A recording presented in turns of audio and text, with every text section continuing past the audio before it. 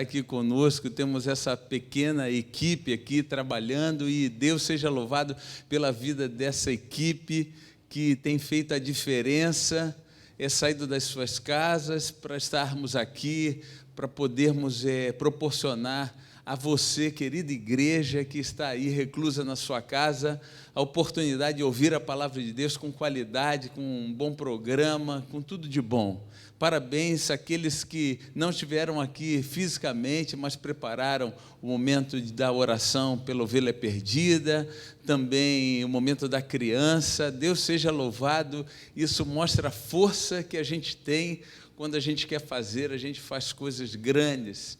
A lição da escola sabatina também, que foi apresentada, os anúncios, enfim. E não se esqueça que amanhã, no Start, às 19 horas, nós estaremos juntos novamente, dando continuidade a essa experiência diferente, mas muito significativa que nós estamos tendo como comunidade aqui do Espaço Novo Tempo, e você, nosso amigo, familiar, convidado. Olha, você não sabe quanto nós queríamos que você estivesse aqui. Eu tenho dito que quando essa reclusão, essa quarentena passar, nós vamos abarrotar essa igreja tem que estar lotada, tem que ter muita gente aqui, para a gente poder se abraçar, a gente quer se encontrar, a gente quer se beijar, a gente quer matar essa saudade grande. Então, já que eu não posso te dar um abraço, então, em meu nome, dê um abraço aí forte na pessoa que está perto de você, e essa pode, porque é seu familiar que está aí na sua casa, então dá um abraço gostoso aí, e comemore, então, essa possibilidade da gente viver essa experiência juntos, em nome de Jesus. E aí, o abraço não é bom? Como eu gosto de abraço, hein? Como eu gosto de abraço. Eu gosto de estar ali na porta, depois dos cultos, abraçando as pessoas, materializar, né, esse nosso momento especial. Eu quero convidar você, mais uma vez, para a gente fechar os olhos e falarmos com o nosso Deus em oração. Maravilhoso Deus, nós estamos vivendo um momento especial e obrigado porque o Senhor tem providenciado de maneira também especial a oportunidade de nós estarmos conectados uns com os outros, e principalmente com o Senhor. Obrigado, Senhor, por todos esses recursos disponíveis que facilitam a nossa vida nesse momento. Que o Senhor continue nos ajudando, nos dirigindo, para que mesmo não tendo a oportunidade de estarmos congregados juntos, mantenhamos-nos firmes como igreja. Que os laços fraternos desta comunidade continuem existindo, independente de qualquer circunstância. Ó querido Deus, que Tu possas visitar cada família, onde quer que eles estejam reunidos agora.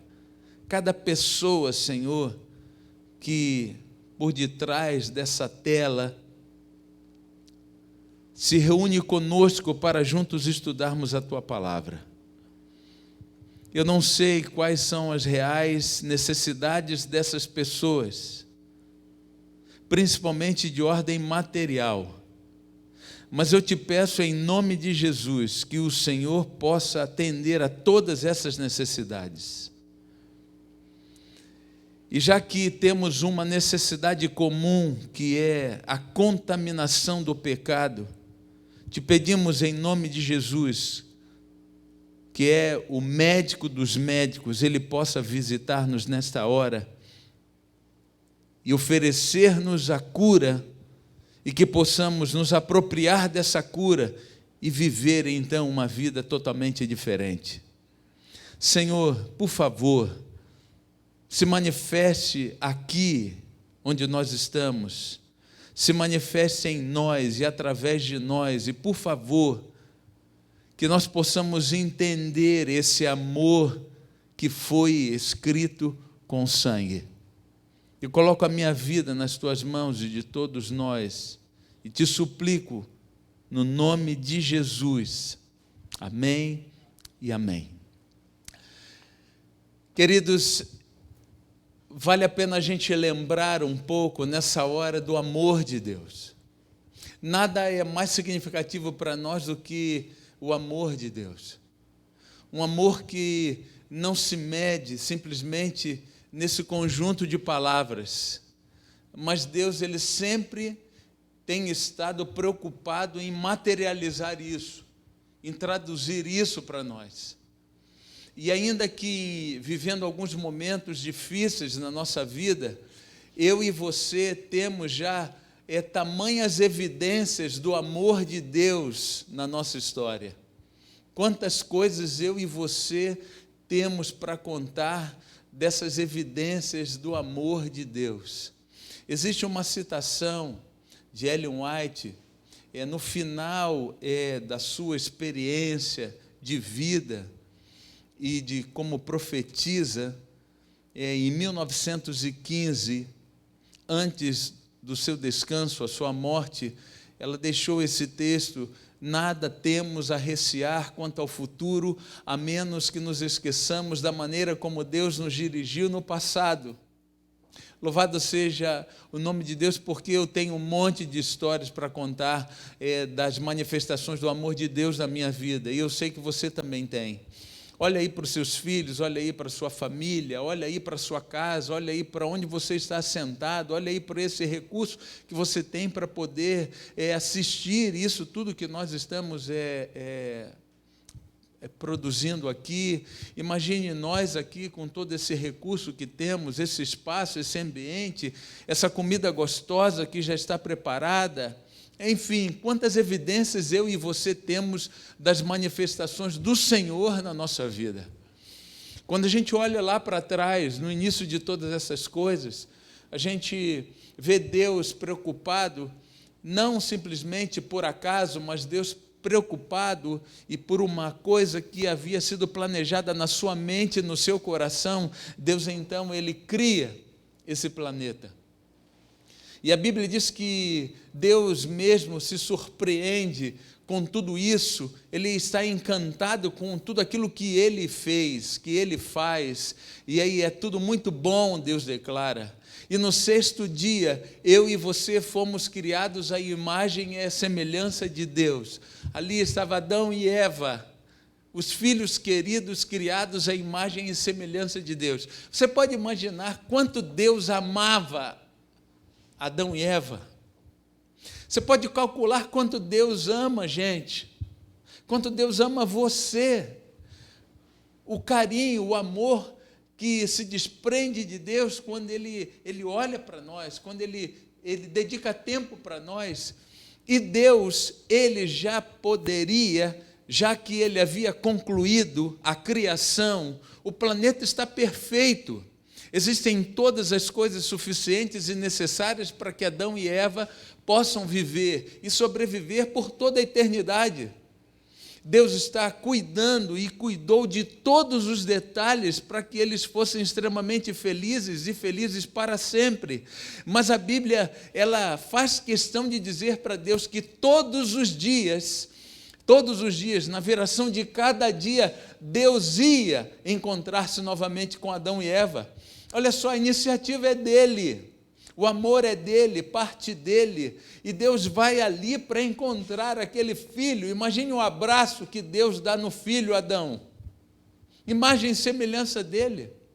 Imagine o abraço que Deus dá em Eva, a sua filha querida, o abraço desse trio aí que se encontram todos os dias, e Deus não se cansa de encontrar Adão e Eva.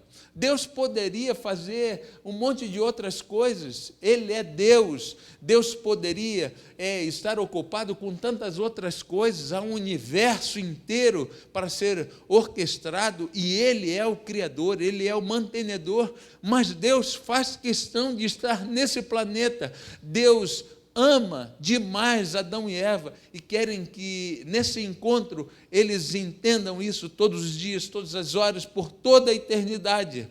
Deus está orientando Adão e Eva. Filhos, estão acontecendo algumas coisas e eu preciso que vocês me escutem, eu preciso que vocês não estejam naquele lugar, que vocês não façam isso. Por favor, filhos, Deus sempre orientando. Isso são declarações de amor de Deus. Mas a gente sabe que Adão e Eva preferiram fazer a sua vontade e aí desobedeceram a Deus. Desobedeceram a Deus. E esse Deus que todos os dias vinha naquele lugar, encantado com a possibilidade de não encontrar aquele animal bonitinho, não aquela flor perfeita e que exalava o seu perfume recém-criada, não para degustar o sabor daquela fruta que estava ali à disposição dele. Enfim, Deus não estava ali por causa das coisas, Deus estava ali por causa deles. E Deus chega naquele dia e Deus está desejoso de abraçar novamente Adão, o seu filho. Deus está desejoso de abraçar novamente a sua filha Eva. E Deus não encontra o filho, não encontra a filha, e como que numa atitude desesperada de amor, não desespero por conta do pecado, mas esse desejo que não cabe, Deus agora começa a chamar: Adão, filho, Eva, filha, onde vocês estão? Filho, onde você está? Filha, onde você está? O que está acontecendo? Por que a gente não pode se abraçar? Onde vocês estão? O que está acontecendo? E Adão e Eva estão escondidos, reclusos, numa situação totalmente diferente dessa que a gente está vivendo, por uma livre e espontânea decisão deles. Deus querendo abraçar e eles ali escondidos. Você sabe exatamente o que estava acontecendo ali. Isso é uma coisa terrível. Isso não é só a história de Adão e Eva, é a nossa história também. Isso não é uma coisa que nós nos cansamos de falar e repetir, porque isso tem uma relação direta com a nossa história, com a nossa vida. Esse é o Gênesis, e infelizmente essa também é a história do pecado. E aí, eu queria que você fosse comigo ao texto de Gênesis, no capítulo 3. Abra aí a sua Bíblia, por favor, você precisa ter a Bíblia na sua mão.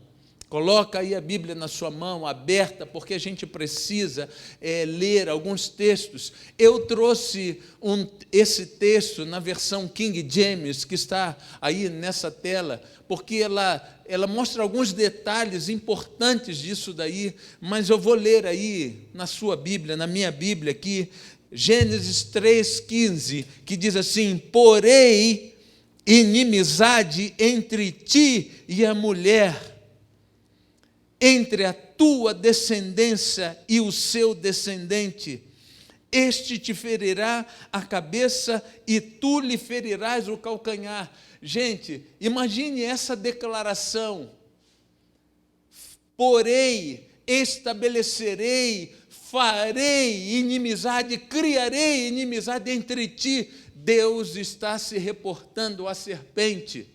Deus está se reportando àquele que está representado na serpente. Deus está se reportando àquele que está por trás desta mirabolante história diabólica de tentar separar o homem do seu Deus, os filhos do seu pai. Porém, inimizade é uma declaração intensa, é uma declaração de Deus, é colocar de dentro para fora isso, porém inimizade. Imagine Deus apontando para aquele inimigo terrível, que até então havia estado ali com ele, e não tem mais lugar no céu para ele, Lúcifer, que se chama diabo, Satanás, a serpente. Deus, eu porei inimizade entre a tua descendência, os anjos maus, eu porei inimizade, eu tomarei providência, e a descendência dessa mulher, uma referência de Cristo Jesus, que não haveria amizade, haveria inimizade entre nós, através de Cristo, e esse terrível inimigo que se chama Satanás, que está provocando todo esse sofrimento. Ele te esmagará a cabeça. Você sabe que a serpente, ela tem o veneno na cabeça. Se você consegue cortar a cabeça da serpente, você então elimina o veneno dessa serpente, desse animal peçonhento. A Bíblia está dizendo que Deus estaria ferindo exatamente na cabeça. Por quê? Porque Deus está dizendo: eu farei um dia, nunca mais você terá o veneno para atingir os meus filhos. E aí diz que este te ferirá o calcanhar. Sabe o que isso significa? Que de alguma maneira este que estaria se manifestando para colocar inimizade entre nós e Satanás, ele seria também ferido por causa disso. E você sabe muito bem a que isso se refere. Cristo Jesus, para cumprir essa promessa, ele precisou morrer na cruz do Calvário. Isso é ferir o calcanhar. Essa promessa de Gênesis 3,15 é a primeira promessa, e é uma promessa sobrenatural, porque parte de Deus, é a insatisfação de Deus. Eu porei inimizade entre ti e a mulher. Louvado seja Deus, porque Deus toma providência. No verso 21 do capítulo 3, diz que Deus fez vestimentas de peles para Adão e a sua mulher, e os vestiu. Você sabe que aqui há uma referência da providência de Deus, porque Deus havia dito que se eles pecassem, certamente eles morreriam. Se eles desobedecessem, eles certamente morreriam. E aqui nós estamos vendo que a ação de Deus está acontecendo, e como substitutos de Adão e Eva, os cordeiros aqui são mortos, e da pele desses animais são feitas então vestimentas para Adão e Eva. Aqui já começa a morte, conforme Deus havia dito, de que certamente eles morreriam. Aqui já começa a morte, mas eu queria que você pensasse comigo sobre isso. A morte já é uma realidade, a morte já é um fato. O sangue daqueles animais está sendo derramado, o coração daqueles animais não bate mais. Literalmente, aqueles animais, eles estão mortos. Talvez Adão e Eva não consigam entender ainda a plenitude do que isso significa, porque são os animais, ainda que eles tivessem um afeto e uma consideração, um carinho por esses animais que até então estavam ali com eles e vivos no jardim do Éden, eles ainda não conseguem dimensionar a intensidade do que isso significa, porque não é carne da minha carne, não é sangue do meu sangue.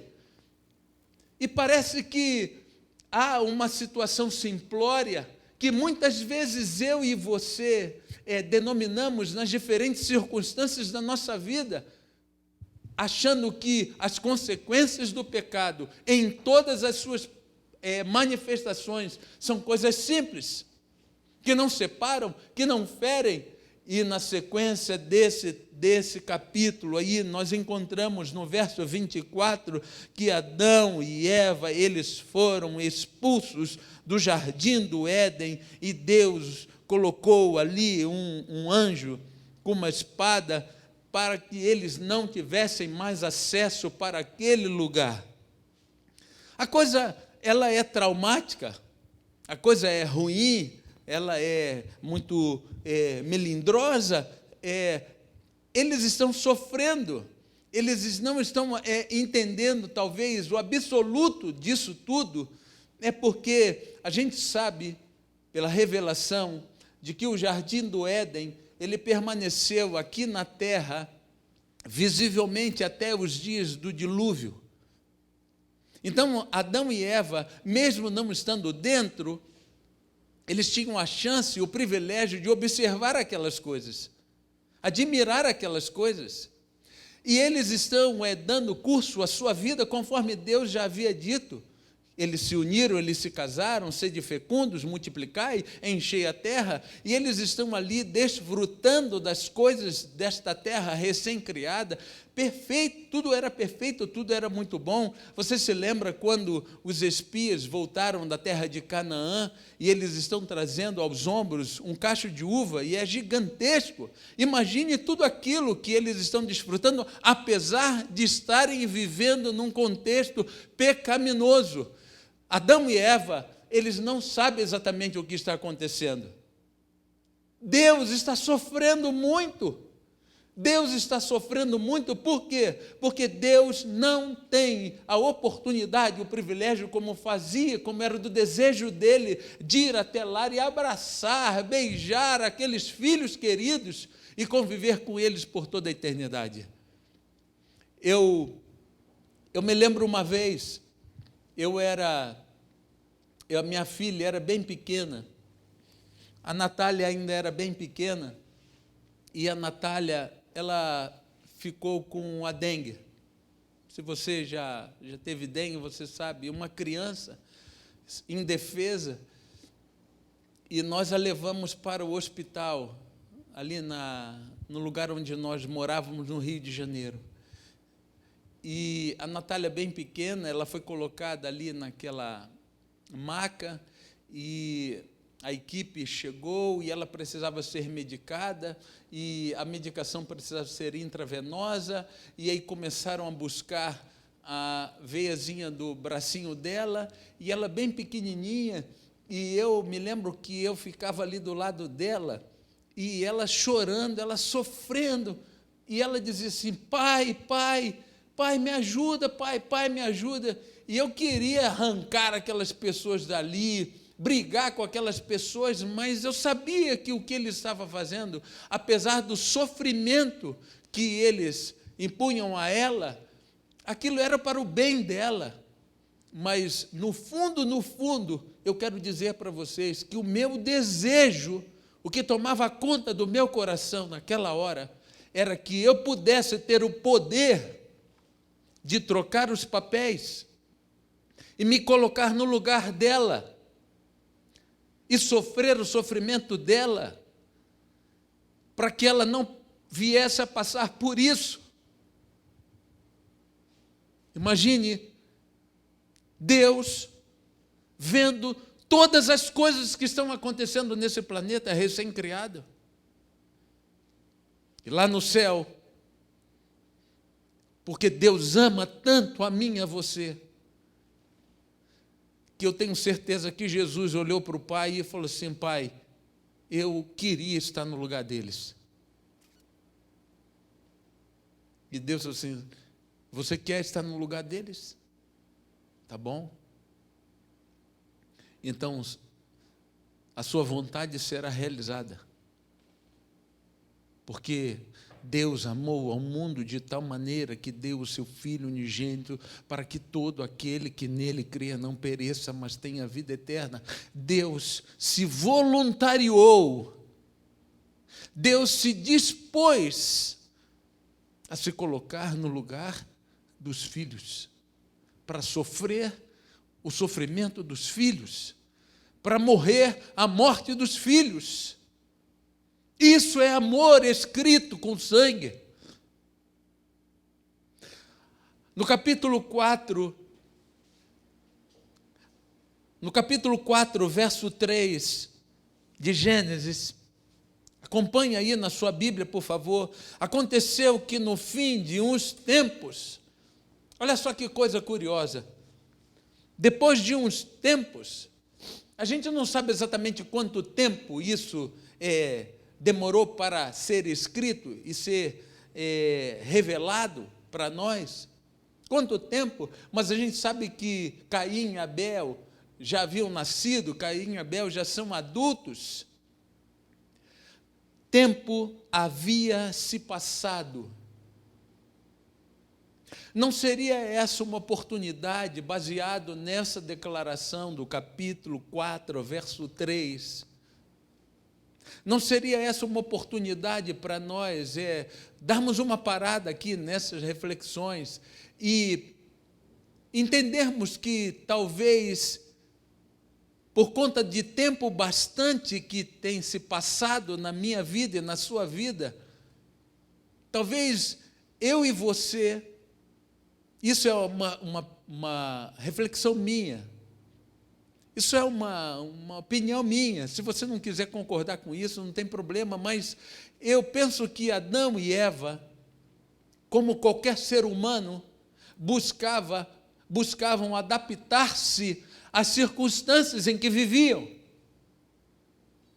Assim como eu e você, com o passar dos dias, temos a capacidade de nos adaptarmos às circunstâncias desse mundo. E esse momento que eu e você estamos vivendo, o primeiro dia parecia terrível, e por incrível que pareça, estamos nos adaptando às circunstâncias. Mas imagine tudo isso numa dimensão da nossa existência, nesse planeta pecaminoso, que sabemos nós está determinado a um fim. E as coisas que estão acontecendo, elas na verdade não acontecem simplesmente como alguma coisa por acaso, e aí, por conta disso, nós vamos nos adaptando a essas coisas. Não, todas essas coisas que estão acontecendo, elas estão apontadas aqui como evidências de alguma coisa muito maior que vai acontecer. E o que vai acontecer muito maior do que tudo isso é a volta de Jesus, que é a consumação desse plano, dessa vontade que se manifestou aqui no coração de Deus, de salvar os filhos, de colocar-se no lugar de. E passados os dias, quanto tempo já passou na minha e na sua vida, de adaptações, como se aqui fosse a nossa terra. A Bíblia diz que a nossa pátria não é essa. A nossa pátria não é verde, amarelo, azul e branco. A nossa pátria é a celestial. A gente precisa acreditar nisso. E no verso 8 do capítulo 4, diz que Caim, brigando com seu irmão, Caim matou Abel. Talvez nem soubesse exatamente o que aquilo significava. Mas ali estava o corpo de Abel. Eu não sei exatamente quando, porque isso não está revelado, mas isso é uma coisa que eu, como pai, eu posso imaginar quanto Adão amava Abel, quanto Eva amava Abel. Em algum momento daquele dia, os pais tinham que se encontrar com os filhos. Em algum momento daquele dia, os filhos tinham que se encontrar com os pais. E Adão e Eva encontram um filho caído. E não era comum o que ele está fazendo caído ao lado do altar. A princípio, eles não conseguem identificar de onde vinha aquele sangue, mas logo depois de insistirem, Abel, levanta, filho. Filho, levanta. O que você está fazendo aí? Corpo gélido. Filho, acorda, filho. Inerte. Não há nenhuma resposta. Não há nada ali. Há sangue. Eles são apavorados. Eles tentam, de todas as maneiras possíveis, resolver aquela situação. Eles estão desesperados. E talvez exatamente agora, carne da minha carne, sangue do meu sangue, Adão e Eva consigam compreender a plenitude do que aquilo significava, quando Deus disse, certamente vocês morreriam. Imagine Adão e Eva com aquele filho no braço, desesperados, com a possibilidade. E novamente, Deus, Ele diz aquilo que a gente já leu aqui no verso 15 do capítulo 3, eu porém inimizade. Eu porei inimizade. Deus está insatisfeito com as coisas que estão acontecendo. Porém, inimizade, filhos, acredite nisso. A insatisfação de Deus diante dessas coisas que estão acontecendo, porque Deus não se compraz no sofrimento humano. Deus quer estar providenciando tudo para que eu e você entendamos que Ele tomou a iniciativa de se colocar no nosso lugar. Quando a gente vê novamente aí o Gênesis 3,15,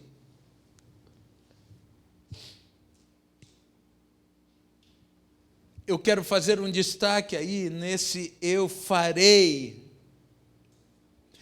Isso daí, gente, é uma demonstração de aliança. Quando Deus se expõe desta maneira diante do universo, Deus ele está dizendo ao universo, não simplesmente para Adão e Eva, que todo o universo saiba da disposição que eu tenho de, em alto bom som, não apenas no articular da minha voz, mas através das minhas ações, eu quero que todo mundo saiba de que eu porei inimizade entre a serpente e o descendente da mulher. Deus está fazendo uma aliança. Na visão de Adão, essa aliança, ela precisa ter sentido, assim como na visão de Deus, ela tem um sentido. E todas as vezes que Deus, então, se manifesta desta maneira, Ele quer estabelecer conosco um compromisso. Deus tem um compromisso com você. Deus tem um compromisso comigo. Deus firmou esse compromisso de nos amar diante de todo o universo. Essa é a visão da aliança que parte de Deus. Mas diante de todas essas coisas que estão sendo ditas aqui, e você acompanha aí no texto sagrado, eu queria fazer uma pergunta para você. Na perspectiva humana, na perspectiva da sua realidade, da sua vida, como você compreende essa iniciativa de Deus? Deus fez um compromisso com você, Deus fez um compromisso comigo. Tem você feito um compromisso com Deus? Tenho eu feito um compromisso com Deus? A aliança, o compromisso, é algo que vai acompanhar o homem em toda a sua história. Aliança, ela significa um compromisso, contrato, são cláusulas ligando contratantes e promessas de fidelidade. Já houve um tempo em que estabelecer uma aliança, um contrato, um compromisso, se dava simplesmente com um aperto de mão, que era o selo da palavra firmada. Não, eu prometo, não, eu vou cumprir, eu também vou fazer a minha parte. Com o desenvolvimento da escrita e com o desenvolvimento das leis, então houve um tempo em que se fez necessário em que as pessoas redigissem um texto e assinassem esse texto para que então esse contrato fosse firmado e que, havendo então a desobediência das cláusulas e que havendo então a quebra do contrato por uma das partes, e assim a assinatura confirma, então aquela parte que transgrediu o contrato, aquela parte que não honrou o seu compromisso, aquela parte que foi desobediente àquilo que foi estabelecido nessa aliança, essa parte então culpada, ela deveria pagar o ônus dessa sua atitude. Isso significa uma aliança. Quando você pega então esse contexto aí e essa definição de aliança, e você vai então à palavra de Deus, a Bíblia Sagrada, o que nos surpreende é que, apesar de todo o tempo, a aliança ela continua sendo a mesma coisa no Velho e no Novo Testamento. É um acordo entre duas partes onde deveres, privilégios, responsabilidades são estabelecidas. A palavra aliança, ela tanto no hebraico como no grego, o Velho e no Novo Testamento, ela significa algumas coisas como chegar a um acordo. Eu dou a minha vida por si e você dá a sua vida para mim. Então, isso era um acordo estabelecido entre duas partes. Havia, e a Bíblia descreve isso, havia uma cerimônia que descrevia a aliança. Essa aliança ela era marcada por sacrifício. E essa aliança, o sangue derramado nesse sacrifício era o selo, era o que confirmava então o acordo estabelecido nessas duas partes. Essa cerimônia, as duas partes envolvidas, eles deveriam pegar um animal e eles deveriam conduzir esse animal. 2 altares eram construídos e essas duas partes faziam exatamente assim. Eles partiam esse animal ao meio. Uma parte era colocada em cima de um altar, a outra parte era colocada em cima do outro altar. E, naturalmente, o sangue daquele animal se derramava ali, mas não parava por aí. Agora, essas partes envolvidas nessa aliança, nesse acordo, eles deveriam agora andar ao redor do altar. Eles deveriam andar circulando aquele altar, onde as partes desse animal estavam, e o sangue ali derramado, e eles deveriam, nesse ato, dizer às pessoas que estavam ali como testemunhas, e dizer uma à outra, de que assim como aquele animal não tinha mais condição de ser colado, ser restaurado, a vida não poderia mais ser voltada àquele animal, então o acordo havia sido estabelecido, não havia como retroceder, eles haviam tomado ciência disso, eles haviam processado tudo aquilo que indicava, eles tinham as testemunhas, eles sabiam daquilo que eles deveriam fazer, e esse cerimonial, ele dizia então, que se a pessoa, uma das partes, viesse a transgredir a aliança, o acordo que haviam firmado ali naquela situação, eles deveriam então ser conduzidos exatamente como aquele animal havia sido conduzido àquele lugar para serem sacrificados. O que significa isso? Que uma vez que a transgressão acontecesse, uma vez que eles desobedecessem aquilo que haviam firmado entre as partes, eles deveriam ser sacrificados, eles deveriam morrer.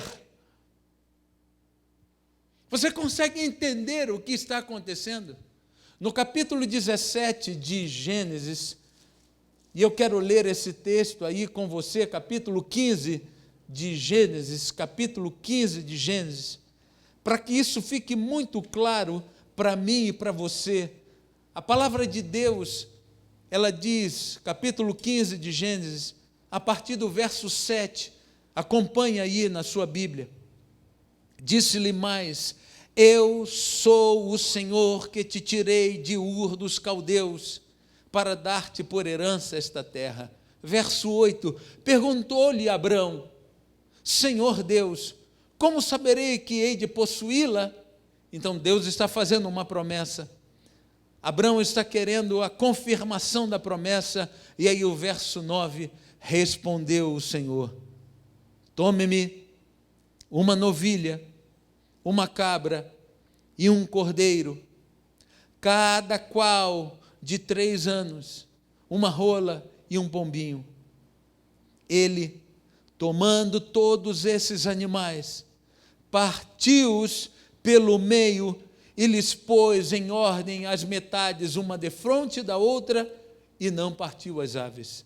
Verso 17, e sucedeu que, posto o sol, houve densas trevas, e eis um fogareiro fumegante e uma tocha de fogo que passou entre aqueles pedaços. Naquele mesmo dia, o que a Bíblia diz?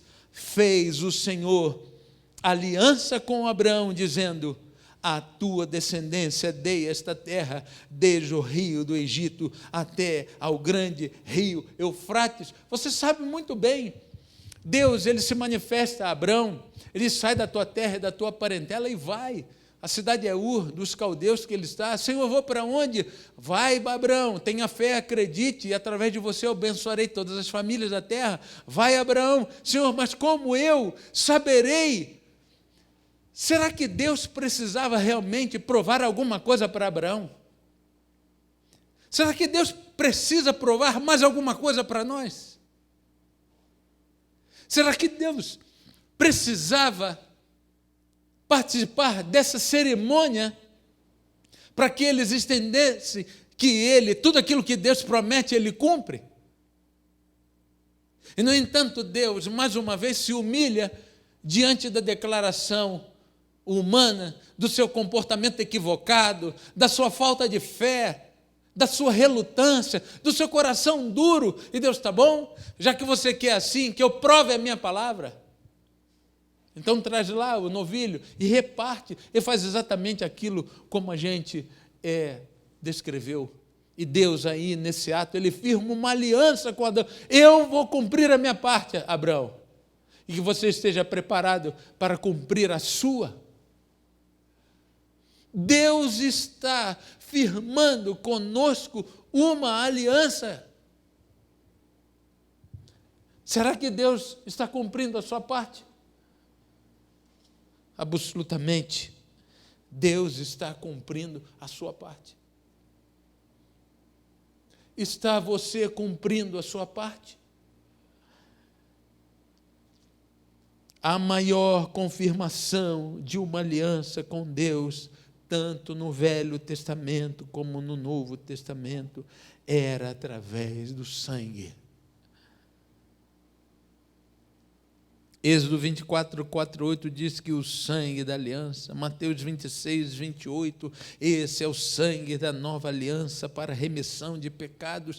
Deus firmou conosco uma aliança, um compromisso de amor, de estar tomando o nosso lugar. Eu quero que você abra sua Bíblia no capítulo 9 de Hebreus. Capítulo 9 de Hebreus.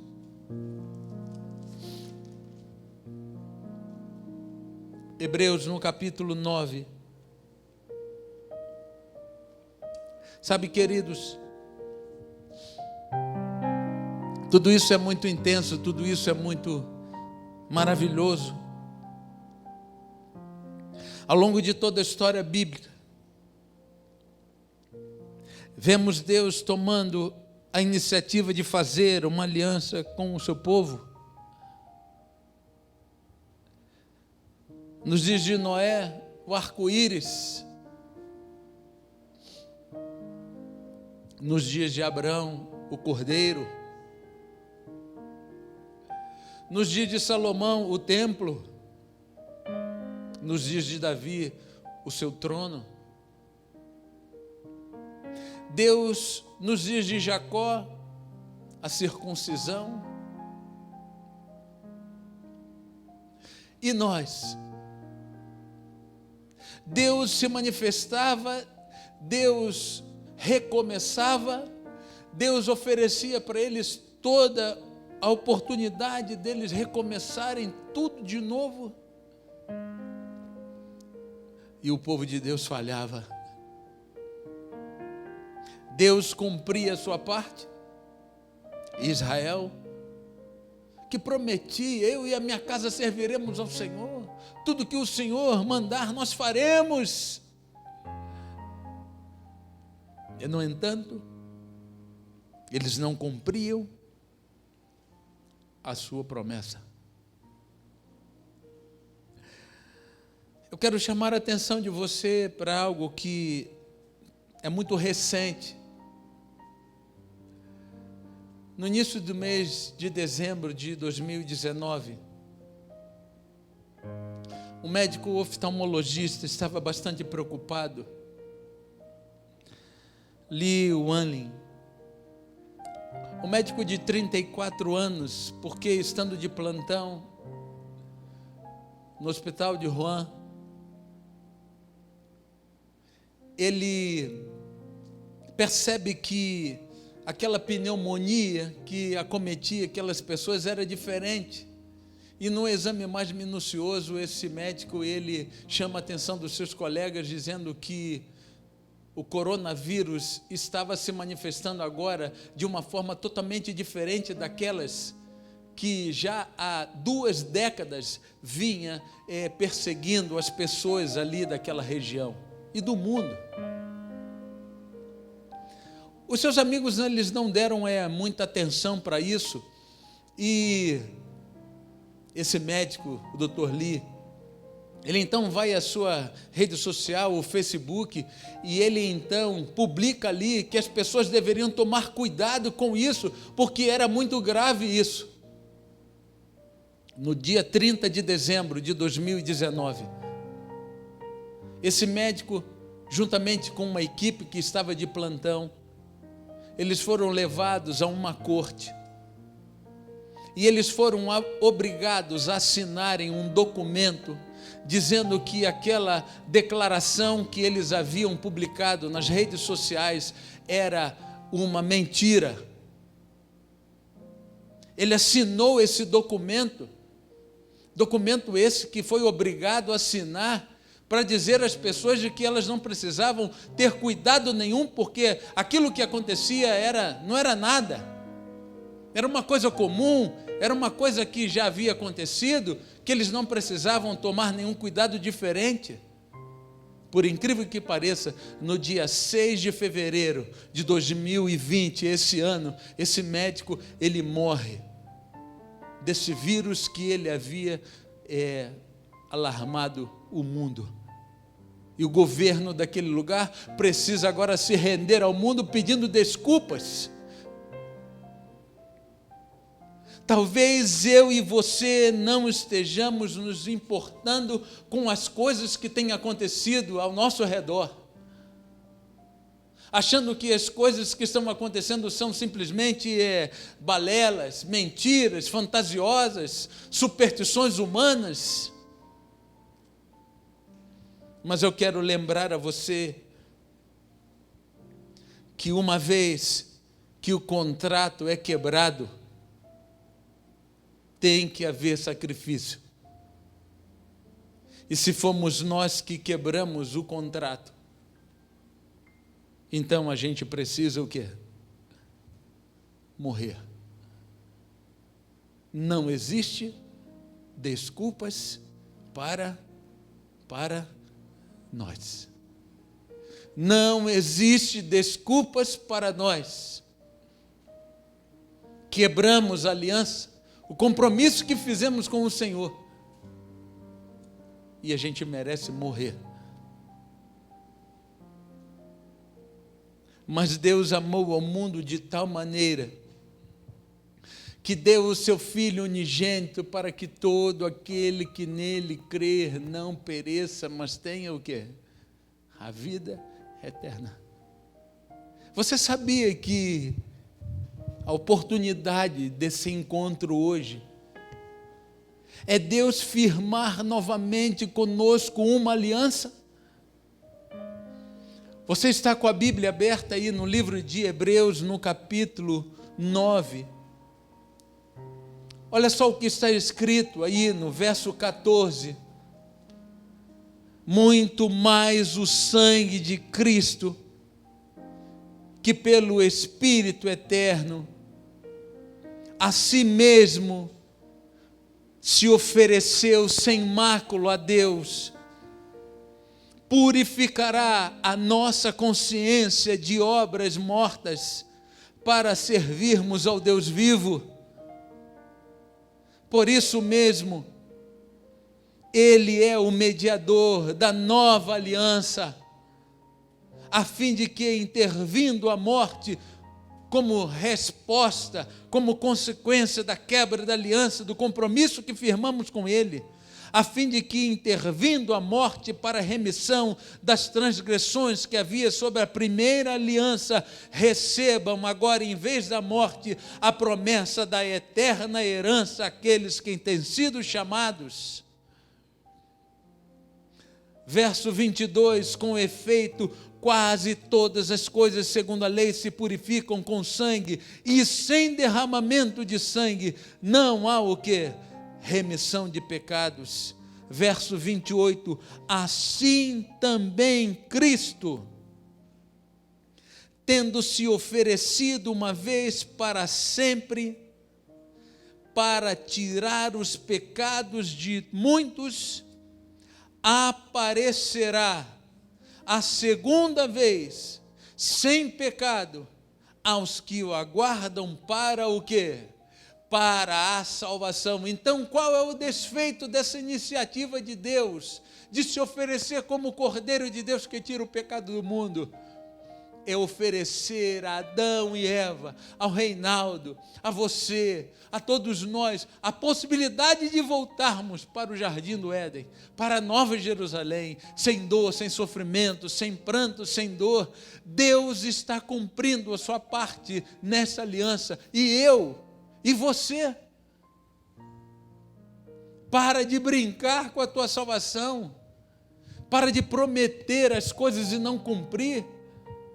Quantas vezes eu e você já vivemos momentos como esse, em que o Espírito Santo do Senhor se manifesta, chama a nossa atenção, faz com que eu e você adentremos as nossas intimidades e vasculhemos a nossa vida e levantemos as coisas que estão escondidas e apresentemos aqui no altar do Senhor com lágrimas, com pesares, com dor, arrependidos. Quantas vezes eu e você já levantamos a nossa mão, quantas vezes eu e você já afirmamos: Senhor, não, agora eu vou fazer a minha parte, Senhor, agora eu vou ter uma vida diferente, Senhor, agora eu vou fazer tudo aquilo que eu nunca fiz, Senhor, agora eu vou ler a Bíblia, agora eu vou orar mais, agora eu vou testemunhar, agora eu não vou faltar aos cultos, agora eu vou ser uma pessoa fiel. Quantas vezes eu e você já fizemos essas promessas ao Senhor, firmamos uma aliança com Ele e deixamos de cumprir a nossa parte?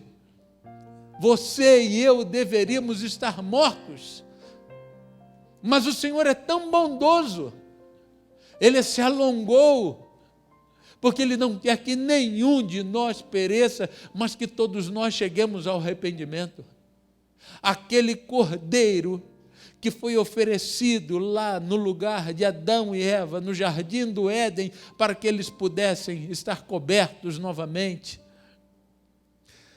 É Cristo Jesus, o Cordeiro de Deus, que tira o pecado do mundo, para cobrir novamente a nossa vida de justiça e arrancar de nós os trapos de imundícia.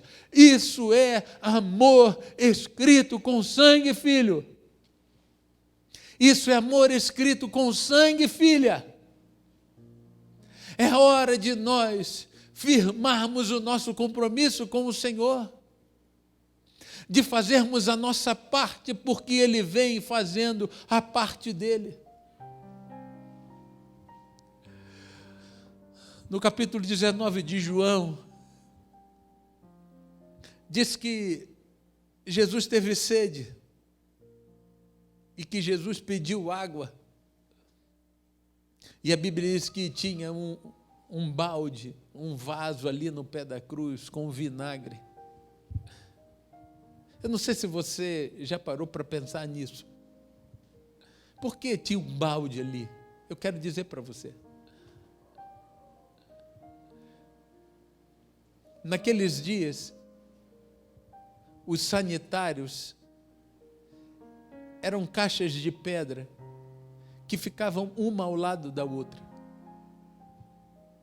E aqueles homens se assentavam ali naqueles sanitários e, fazendo as suas necessidades, eles iam conversando sobre as coisas que aconteciam naquele lugar.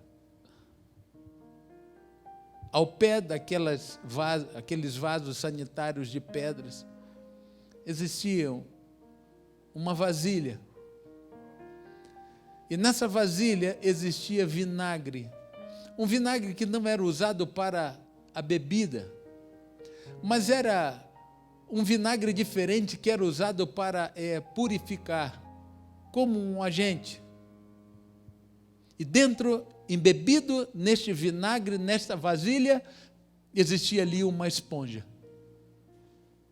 Uma vez que aquelas pessoas, terminando as suas necessidades fisiológicas, eles com um pedaço de pau, eles mergulhavam essa vara dentro daquela vasilha. Eles pegavam essa esponja embebida nesse vinagre, mergulhavam numa água que existia ali, e com essa esponja eles então se limpavam. Em outras palavras, aquela esponja que ficava embebida ali naquele vinagre, ela era o papel higiênico daquelas pessoas, que depois de usada, voltava para aquele recipiente para que uma outra pessoa, numa outra oportunidade, pudesse novamente usá-la. E sabe por que existia um balde ali no pé da cruz? Porque aqueles soldados, uma vez que eles saíam do seu quartel e dos seus sanitários, eles levavam esses baldes como se fosse o banheiro químico deles. E ali estava aquele balde com uma esponja embebida ali naquele líquido, suja dos excrementos humanos. E Jesus pede água. E enfurecidos pela serpente, aqueles homens têm a coragem de pegar aquela esponja e colocar na boca de Jesus. Não precisava ser assim. Não precisava passar por essa humilhação. Já bastava carregar sobre os ombros o peso de todos os nossos pecados. Jesus não precisava experimentar aquilo. Jesus não precisava apanhar, Jesus não precisava de uma coroa de espinhos, Jesus não precisava de nada daquilo. Ele não precisava provar que Ele ama. Ele não precisava ser partido, humilhado, conforme a Bíblia diz. Mas como Abraão, Senhor, como vou entender que realmente isso vai se cumprir? Então, como se não bastasse todas as coisas que Ele já fez por mim e por você, Ele toma a providência de morrer na cruz do Calvário, o Cordeiro de Deus, que foi partido, humilhado, para que a aliança, ela realmente existisse. Uma nova aliança, que não depende mais de nós, só depende absolutamente dEle, para provocar uma oportunidade como essa, de fazer a gente lembrar do que Ele é e do que nós somos sem Ele. Deveríamos morrer, mas Ele nos amou de tal maneira que a gente está vivo aqui para dizer: eu quero recomeçar, de fazer uma aliança com Ele, por toda a vida, filho, por toda a vida, filha. Isso é amor escrito com sangue. O sangue de Jesus que foi derramado por mim e por você na cruz do Calvário. O que você está esperando? O que você está esperando? Chega. já brincamos demais, já desobedecemos demais, já levamos essa história como se não fosse nada importante. Está na hora da gente firmar essa aliança com Jesus. Não importa onde você tenha ido, não importa o que você fez ou deixou de fazer, Ele está aqui agora, Ele está aí agora. E novamente, os méritos do sangue de Jesus podem nos purificar de todos os nossos pecados. E você gostaria de aceitar Jesus como o seu único e suficiente Salvador? Se você deseja entregar a sua vida para Jesus, feche os seus olhos. Eu quero orar com você. Maravilhoso Deus. Isso é amor escrito com sangue. Louvado seja o teu nome, porque nós estamos entendendo plenamente o que foi que Jesus fez por nós. Nós queremos, Senhor, nesta oportunidade, te pedir perdão.